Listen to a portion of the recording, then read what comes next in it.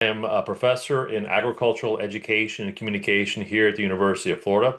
I'm also the director for the University of Florida Institute of Food and Agricultural Sciences Center for Public Issues Education in Agriculture and Natural Resources, or we shorten that down to the PI Center for Public Issues Education Center.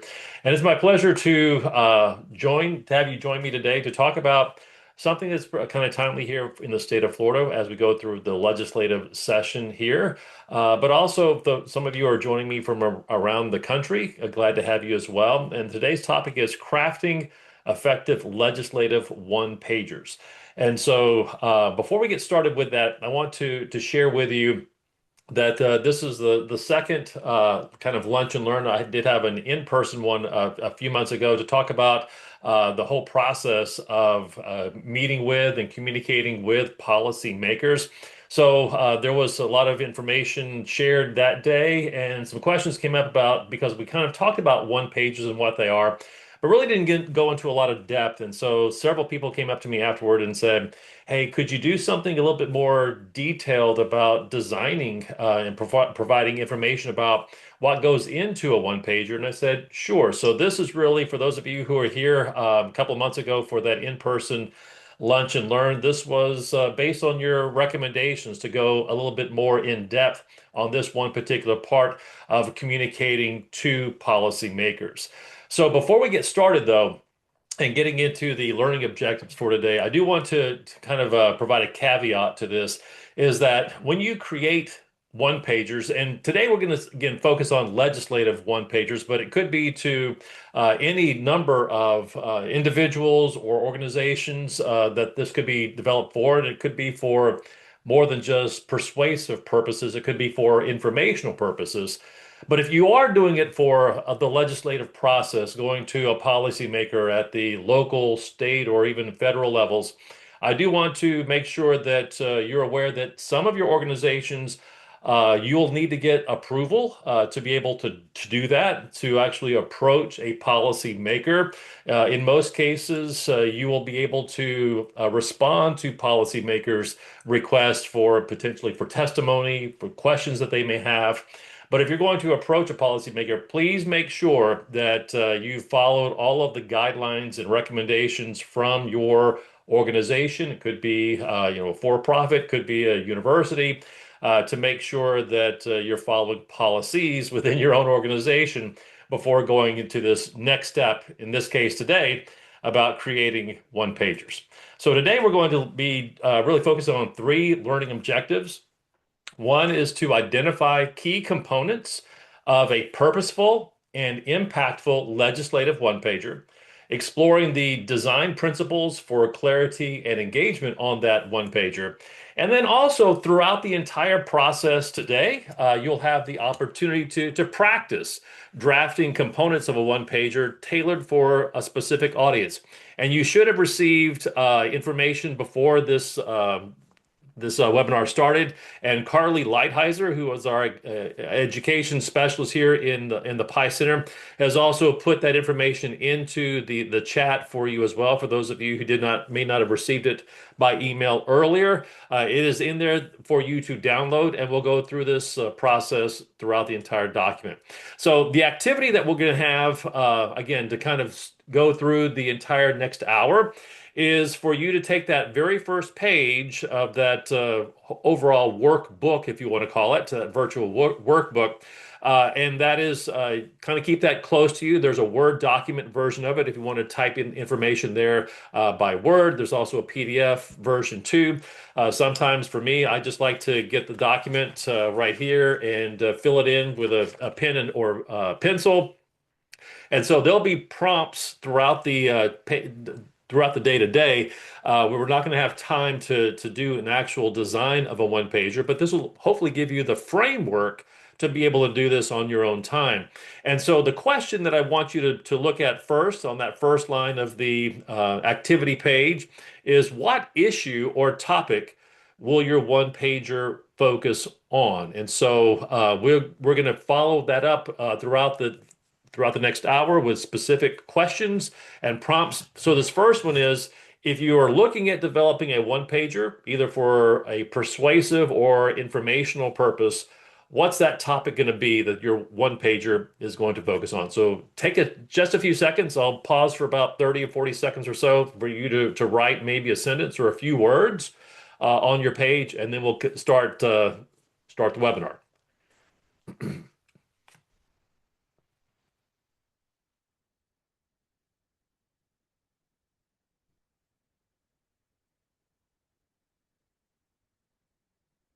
All right. So hopefully you've had a chance to even just put a few words down on that page. Again, this is for you to begin with through this activity, the webinar. But really, we hope that you'll use that and the other pages, which I'll refer to throughout the webinar today as you design your one pager. Also, please note that the chat is available if you want to ask questions or provide comments throughout the entire webinar today.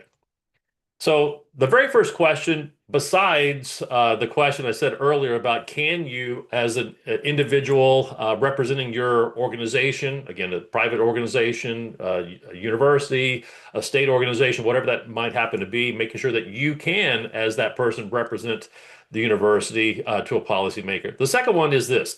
What's the difference? What are you trying to get across in your one pager? Is it to educate or is it to advocate? And there's a kind of a fine line there. Educating here at the University of Florida, I am allowed to educate policymakers if I'm asked to provide information to them using science-based results. Maybe that would be just saying the benefits of whatever program that I happen to be in charge of. It could be water reduction if you're looking at some type of program that focuses on maybe home irrigation systems. What's the cost savings?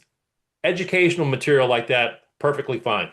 Advocating takes that a step further, where you're asking for something to vote or support potentially a certain way, a certain process, a certain amount of money, maybe. And that's kind of what we're looking at here. So much of what we're going to be discussing today is on that advocating role, that persuasive side.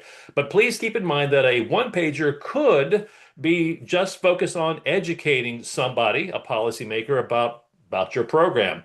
So the second question there, in addition to your audience, as that other prompt, is who are you trying to communicate to, number one, and then are you educating or advocating? So circle one of those, educating or advocating, as we continue developing your one page over the next few minutes. So, what is a one pager? I'm maybe kind of going ahead of myself or behind myself after going through the first couple of slides or so.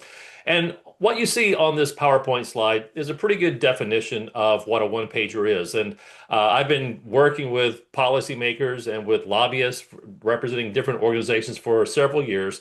And they'll sometimes call this a leave behind because that is what you leave behind after you've met with the policymaker.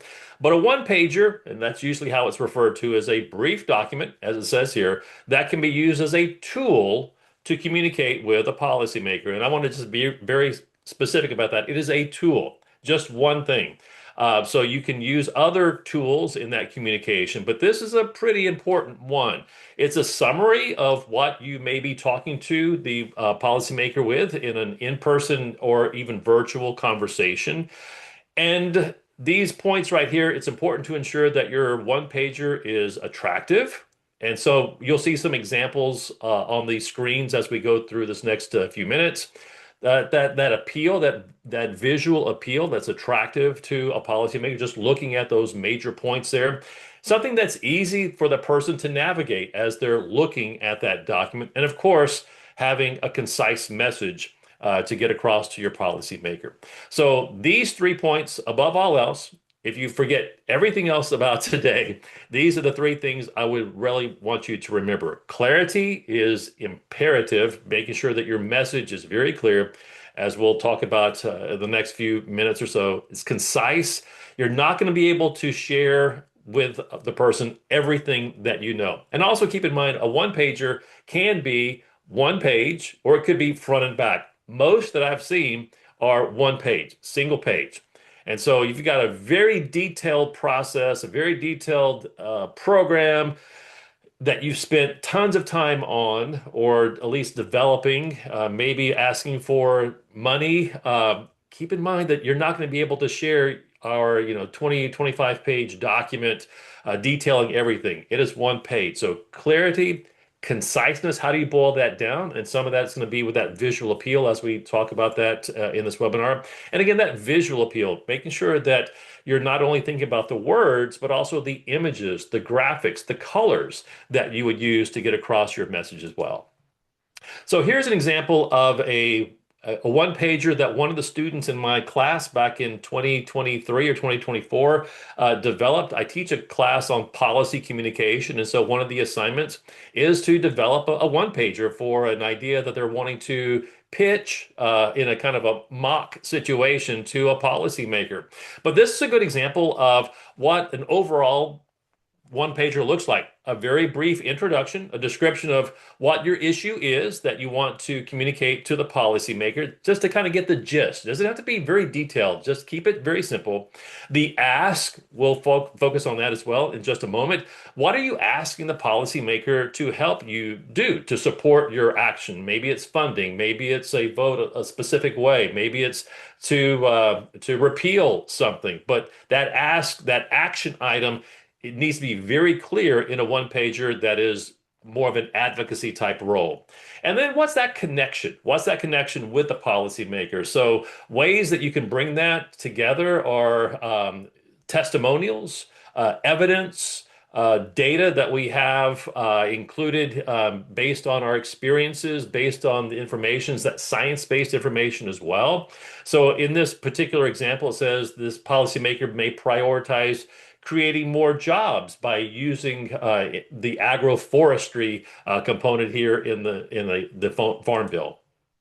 So as we've been discussing this, or as I've been discussing this, the overall idea here is messaging, and sometimes we call this framing. Framing really means to put your message almost like in a picture frame. What is it that you're framing your message around so that the person who's receiving, in this case, your one pager, can understand? So it frames the message or the topic so that it connects with your target audience. And we do that with communication points and storytelling, which I will refer to in the next two slides. But before we do that, part of that messaging is that connection with your audience. So two quick questions, and that can be on your next line or two in on your worksheet there.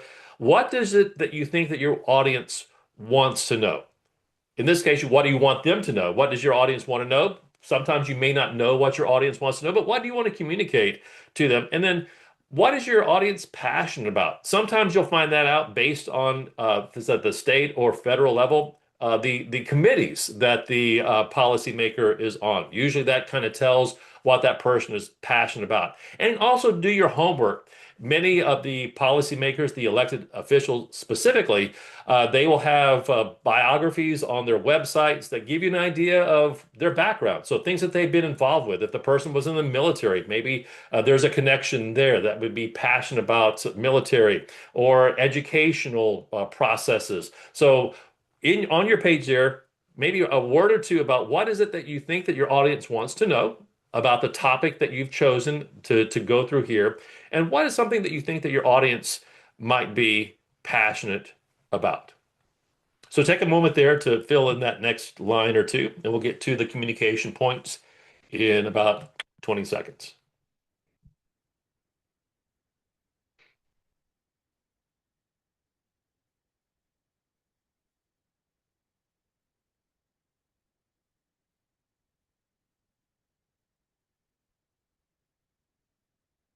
All right. Well, as I said before, these are communication points. There's another worksheet in your packet that has this specifically, and I use this worksheet not just to develop a one pager, but in my background professionally in communications, I've worked in commercial media, and then worked at a university before coming here to the University of Florida.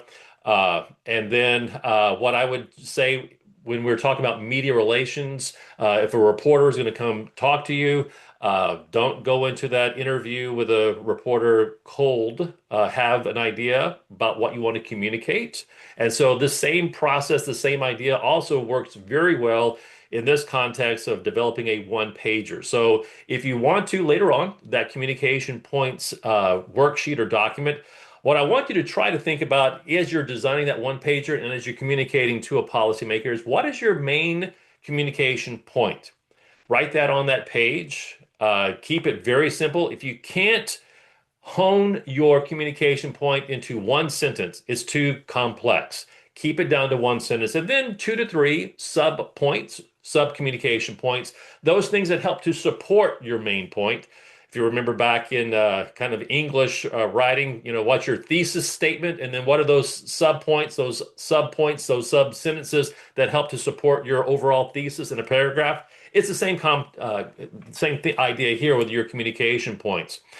But not only think about what your communication and subpoints are, but also questions that you might get asked. And they may not be questions that you really want to have asked of you, but be ready for them. What if there is a side to your point that you're trying to communicate? What's the other side? What's the other question that you might get asked in your interview potentially, and that could be answered not only in person but also on your one pager. So communication points, main points, subpoints, and questions, and then what your response is going to be.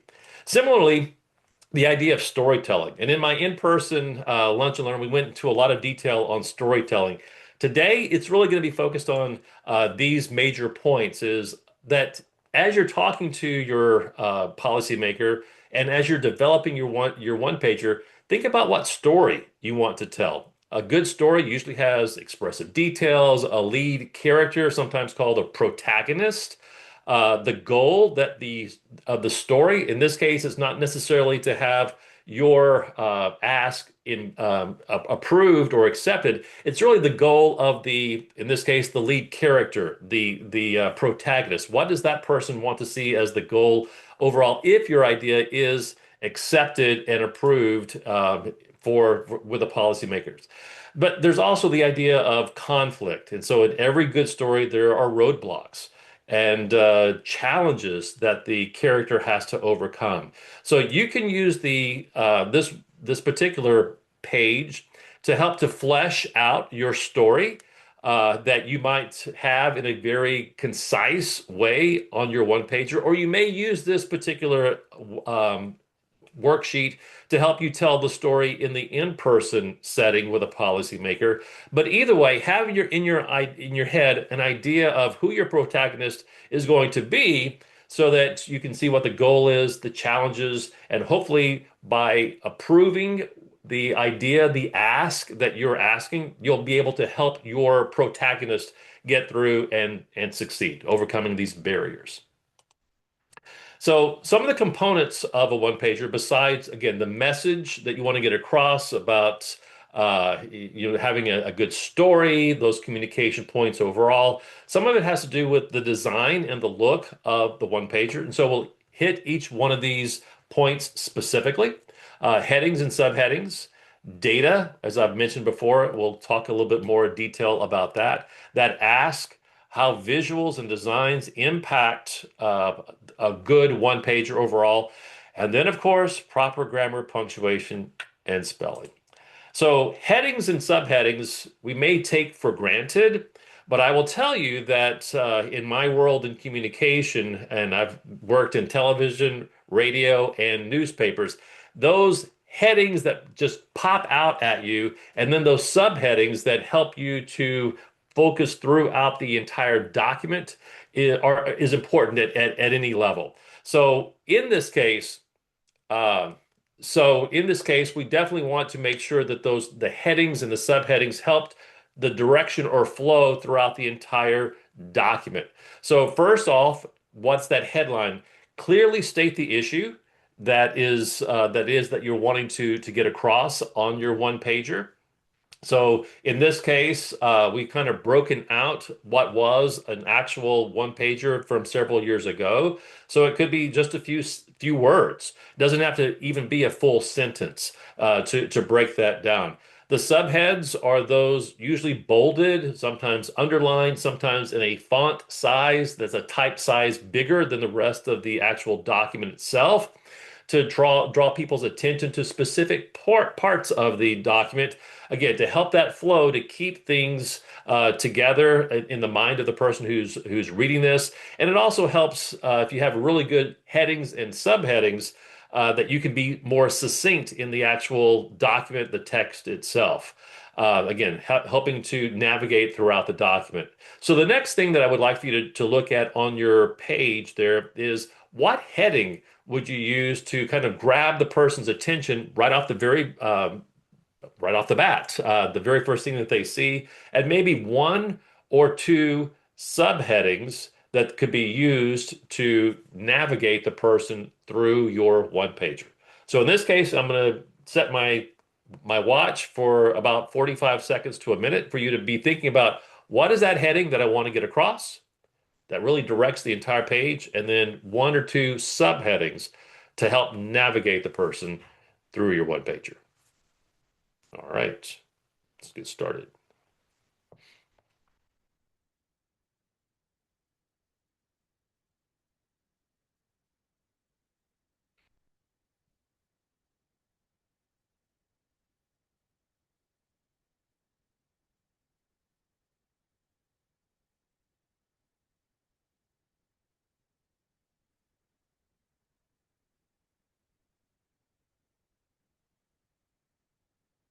And again, feel free to put in the chat any questions or comments that you have along the way. I'll try to answer those as we go along.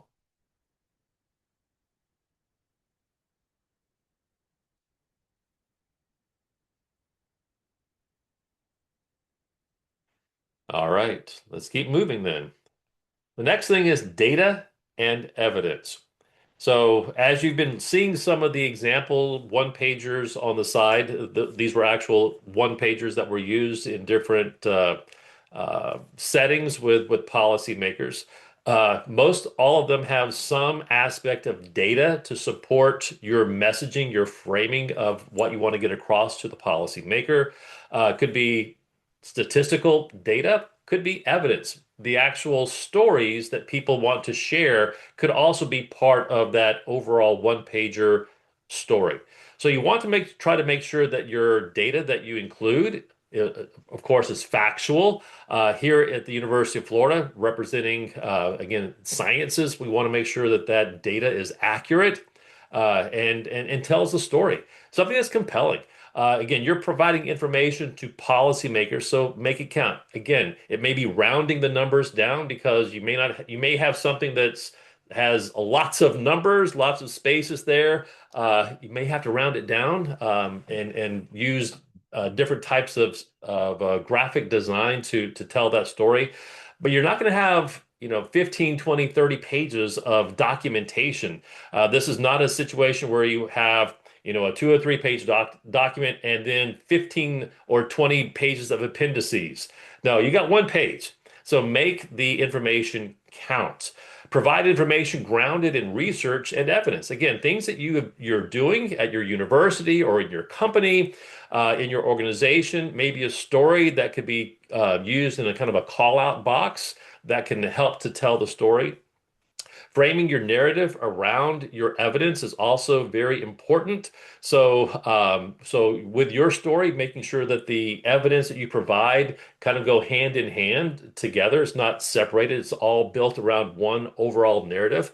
And then also, if you can, and this is not always the case that you can in the one pager, but show them why they should care. If you remember back at the first example there, that part of that why they should care. It could be that farmers' economic stability could be enhanced. It could be that it's by doing that agroforestry effort, it would increase the number of trees that are planted. Something that, again, that could help to tell the story based on the audience's background about why they should care. So, as we're talking about this, what is a source of data that you could use? Again, on your handout there, it could be a university, could be a website, could be a person that you could go to help to tell that person's story overall. But really quickly, what is a source of data that you could use in your story, in your one pager?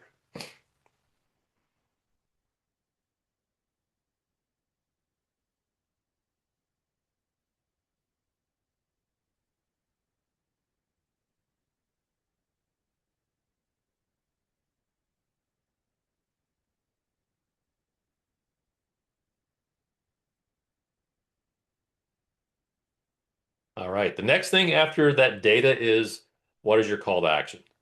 Now, again, please keep in mind that some of you on the call here on the webinar may not be able to do an ask, an actual persuasive ask, advocating for the policymaker to do something. Maybe your call to action is that the person is more informed. Again, that would be my role at the University of Florida. I am not a registered lobbyist. I am not really allowed to say you need to do this, but I can say this is what the data says. This is what the study results show.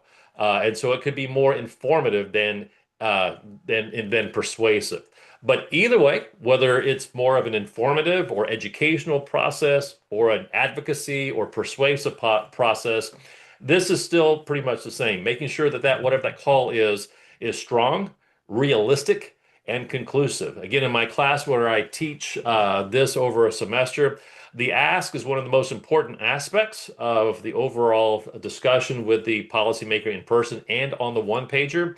And so I always say it needs to be realistic. Don't ask for way more than what you need. And for a lot of policymakers, it may be that instead of asking for millions of dollars for all of the big program, it's a pilot project where it's maybe a few $1,000s to show that, hey, this concept really works. So you're wanting to, again, make it realistic, make it strong, being very clear in what the ask is. Don't leave it for interpretation. Be very clear. If you're asking for money, ask for money. Tell them what exactly that you're looking for. And again, being persuasive or informative is very important here. So one question here is on your page, are you informing? Or are you asking? So it should almost line up exactly with are you educating or are you advocating from earlier on? And then what is the one thing that you want them to know about the ask? Is it for money? Is it for if you're looking for more of an informative process? It just may be awareness. You may not necessarily be asking them for anything, but that one pager could be informing them about something that could be an ask by somebody else later on. So informing or asking, but that call to action needs to be very, very clear. Then we get into visual design. And so this may be what some of you are looking for in this actual webinar is how do you design this thing? Well, I will say this, that the design principles for a one pager are exactly or pretty close to design elements on any particular printed document that you would ever want to see. So if you've never had any type of design um, uh, maybe class or course, I'm going to give you a whole semester's worth of design elements in roughly 25 minutes. Okay, so all these are very important, but you're going to get a very kind of a very kind of 30,000 foot view here of that. First of all, is to guide the eye. You've got to tell the person's eye where to go.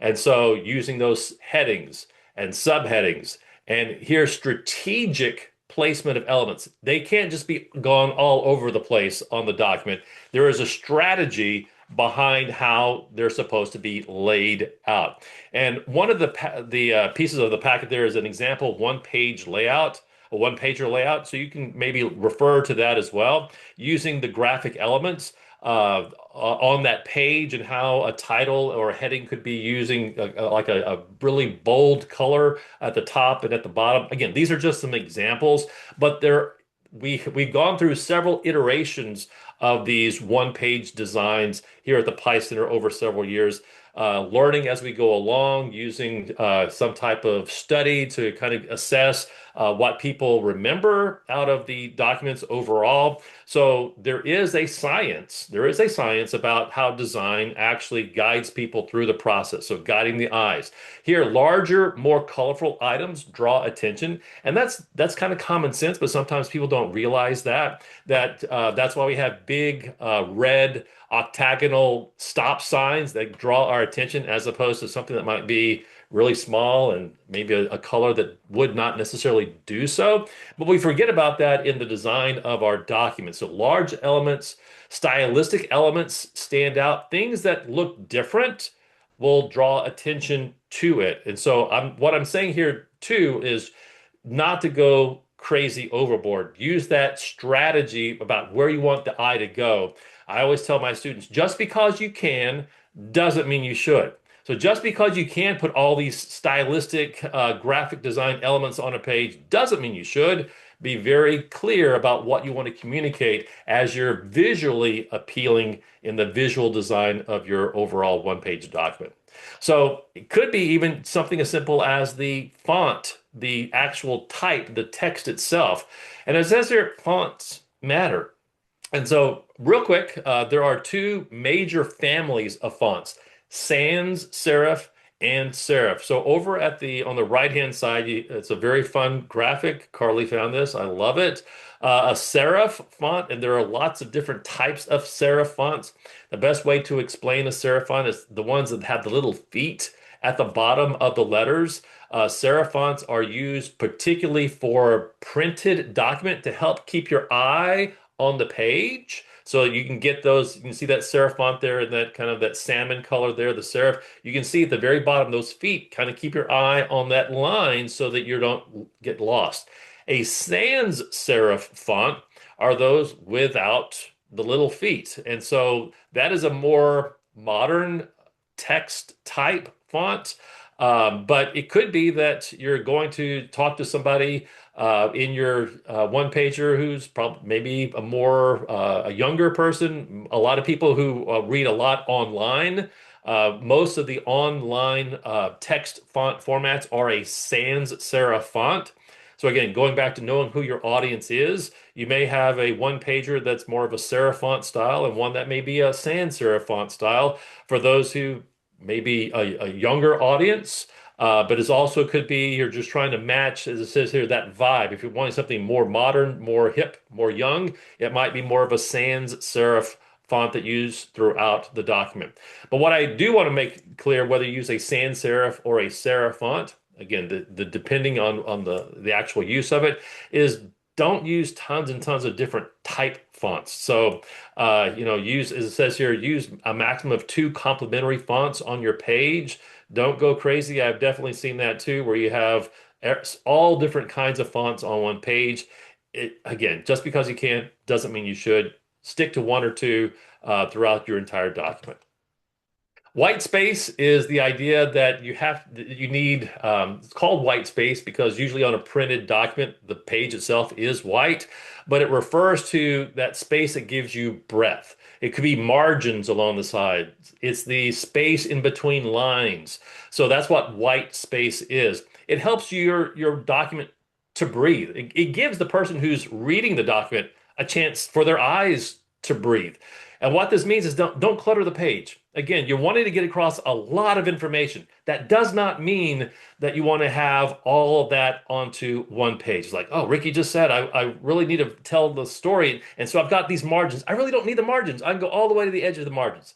No, avoid clutter. It's very hard for people to read all the way across and without spaces in the actual document. So white space is not your enemy. You don't want to have dead space, which is way too much white space.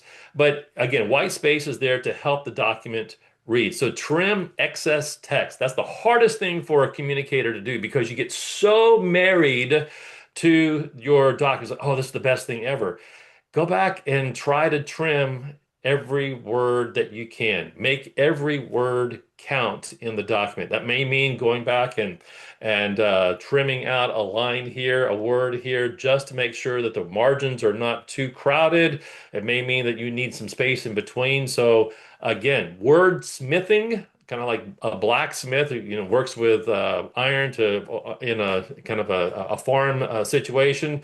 It's a craft. Wordsmithing is the same type of an approach where the craft is really kind of figuring out what words do matter. So use bullet points. It is okay to include bullet points on your one-page document. Things that are short, punchy, doesn't even have to be a full sentence. It could be a few words or phrases. And icons. It could be icons, which are little visuals to help to tell the story instead of text, and also as a way to save space. In addition to that, there's the idea of color. Colors do matter. We call this color psychology. You see it at the very bottom of that slide, where you use certain colors to mean certain things. We've gotten used to green kind of meaning things that relate to nature, things that grow. Blue is more seen as a calm color. Sometimes it has to focus with things related to water issues. So it is okay to use colors that kind of match what you're trying to, your topic that you're trying to communicate about. Red is probably the most vibrant color. It's also one of the most dangerous colors. So don't use red a lot.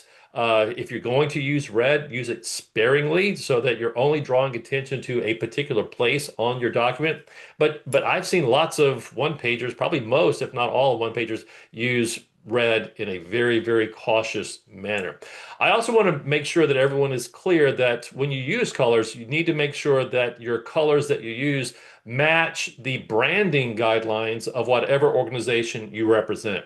So here at the University of Florida, we have a branding guidelines style. So we're to use a certain palette of colors for our University of Florida documents. So that may be true not only for wherever you're coming from your university or for your company, that your one pager, you may be put air quotes limited to whatever color palette that your organization uses for its branding guidelines overall. But I will say also here that that third bullet point, kind of keep this in mind, dark text on a light background or light text or a light text on a dark background. Don't mix the two. I've seen some where people are like, oh, I love this pink. And they put pink background with white text on it. I will just say it might look gorgeous for Valentine's Day, which we're getting close to, but for a document itself, you need more contrasting colors to be able to draw people's attention to what you want them to see and read on your page. So dark with light text or light background with dark text, either way. Then also there's the idea of visuals and design. So be visual with this. This is your opportunity if you've never designed something to think about how can I use these graphic elements, these icons. We used to call them clip art, where you literally had to physically clip out these pieces, then you would glue them on a page. We don't do that anymore. We do that with digitally. But really, that's what we're talking about. How can we use something simple, relevant, these visuals that could replace complex elements with simple icons? So what you see there on the right-hand side is an example of what we call in the Pi Center an issues guide, where it's less about advocacy or persuasion, but more about what is the research that we've done, and in this case is on-farm trial partner experiences related to industrial hemp. So this was done several years ago, and it was based on a research study that we were involved with. And so just using numbers, 1, 2, 3, 4, as you can see in that kind of that table, but it's really more designed less as a as kind of an academic table. But these are the top 5 components of the pilot project best qualities. You can see that little call out box toward the bottom left-hand side. And again, we're trying to get that eye from the top to the bottom, left to right, trying to use the strategic placement of elements to draw people's attention throughout. And those icons in the middle of the page on the left-hand side, just using those graphics, you wouldn't even have to see the heading under that cloud with a lightning bolt to understand that's talking about weather, even before you saw the word weather underneath it too. So ways that you can do that help to make your information understandable, and as it says there, digestible. Because when you work with a lot of data, which I do, and many of you on this call may do, is that data can be sometimes be incomprehensible because it's so much. Well, maybe just by using one visual, you can replace lots and lots of numbers with something that people can visualize and then connect with. Again, it's all about connection with the policymaker when you do your one pager overall. And also be consistent. Stick to a theme. Use the same font sizes, the colors, and spacing throughout. So in this case, this was based on, again, a research piece that the Pi Center did several years ago on what do citizens think about immigration. And so we use very limited colors. You can see there's a dark green, almost black, but it's a dark green, a lighter green, and a blue. That's it. Those are the three colors that were used, but we use those consistently throughout to show different aspects of, in this case, the study results. So you don't have to use 14 different font sizes or different font styles. Be consistent. Also, using these colors throughout helps to draw people's attention. Using those circles as kind of those call out boxes where you can see 45 million, 17%, one in seven. That one in seven, that's a great way to tell a story visually. Just by looking at it, you can see that one in seven. You don't have to say, 17% or whatever one in seven would happen to be. Just using that visual will help to tell that story to your policymaker, probably in a way that's much more, that person will remember that as opposed to a specific number. And as it says there in that last bullet point, give text some breathing room. We call that, again, white space. You don't have to cram so much things into there so that it's all the way to the edges, past the margins. Utilize your margins, utilize that space in between, give your page a breathing room, and I will tell you, people will remember more about less than they will less about more. So just don't feel like you have to give them everything. Give them the snippets, that data, that evidence that will help to tell your story to your policymaker in a concise way. Now, some challenges that we need to think about too in terms of our one pagers. Overloading with text. I've said that several times throughout. That's probably the biggest challenge I see with people wanting to try to cram that stuff in there because they feel like I got to tell everything. No, tell the most important points. Those communication points. That's why that is key to your overall one pager. What is that one communication point? Sometimes that's going to be your heading. What are those two or three subpoints? Sometimes that's going to be your subheadings throughout. Overloading it with text kills you. I'm just going to be upfront. It will kill you. Just so keep that information as concise as possible. The next thing is probably true for a lot of people who are in the sciences, and that's the idea of jargon. Jargon is technical language that you may know and people within your field will know, but people outside of your field have no clue about. And many times that's using acronyms. And here at the University of Florida, we have acronyms for everything. And many of you on the webinar call may be laughing internally yourself because you say, yeah, we do too. We know what we mean when we say here IFAS. We know what that means, Institute of Food and Agricultural Sciences. But folks who are outside of the agricultural world here in the state of Florida have no clue potentially. And so, yeah, avoiding that alphabet soup, as it says here in the chat, absolutely the case, is key. But also language that is not common to most people. Remember, the person that you're going to be presenting this one pager to probably has no clue about what it is that you do, what it is that you're sharing with them. It may be a teacher, maybe a lawyer, maybe a mechanic who's that policy maker, and you're coming in with a document filled with lots of technical language. They're going to look at it and say, "Oh, thank you," and have no clue. That's why really trying to make this a common person's language is so key to getting your point across. So data that is digestible, information that is excluding of jargon and technical language. The next one is a weak call to action. Again, for those of you who are going to be writing more of an advocacy or persuasive one pager, if I don't know by reading this what it is that you're asking me to do, I'm probably going to throw it away. I'm not going to lie. And I've seen people like, what is this about? Even if you make the ask in person, but if your one pager does not support that by even including the ask in the document itself, it's for nothing really, because you want that leave behind really to mirror what it is that you're saying in an in-person setting. So don't leave the ask as convoluted or weak. Be very specific about it. And sometimes you'll see that ask almost at the very top or at the very bottom in bold, maybe bigger font, maybe in a different color. Again, avoid red would be my key point there, so that people will know at a glance, top or bottom, wherever you want to put that ask, but it's very clear what it is that you want me to do, even though you're not there physically with me after you leave the leave behind. And then finally, poor design choices. As we've been talking about today, it's not just enough to have your message framed. It needs to have a visual element that is attractive to the person who's going to be reading your document, not only in person when you're there, but also after you're gone. So hopefully some of the design choices we've been talking about today will help you as you go through the process of designing your own one pager as well.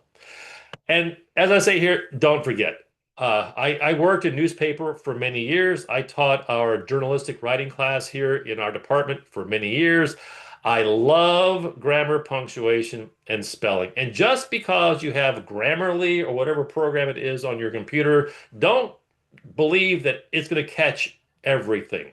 Or even with spelling, because some words that you spell may be spelled correctly, but it's the wrong word, like there, and there. Mr. Spider-Man, as you see there, I love that graphic. So double check. Don't always rely on your computer to catch everything for you. Sometimes it's worth having someone else read it. Sometimes, especially as you're looking at design elements, have someone else look at the design. And I share this with you because Carly Lighthizer, who's again on the call here, is our extension program specialist, uh, shared over here on the right-hand side. This was actually a mistake. So the actual one pager, again, this is more for a more of an for more of an educational or informative one pager, is actually designed perfectly in the print document.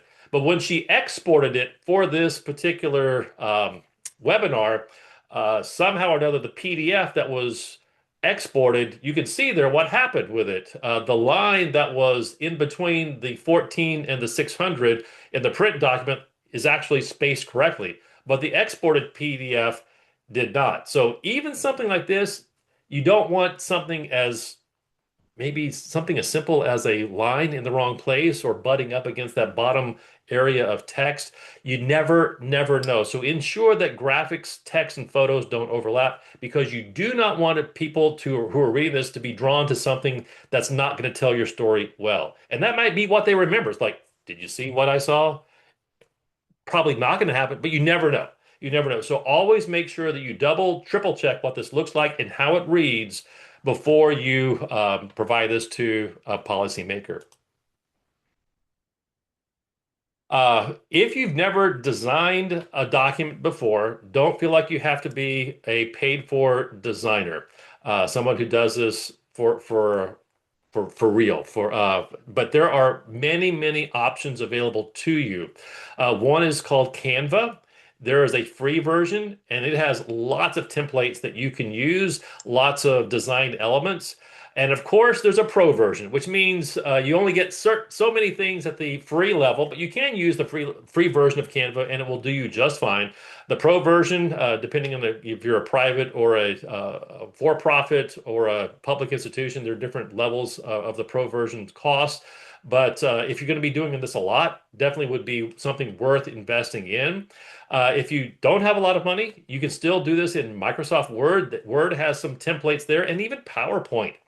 you can use PowerPoint as a way to develop a one pager by turning it on its side as an 8.5 by 11 this way, as opposed to what it usually is in a more of a landscape type view. And I've actually designed some academic posters in PowerPoint before.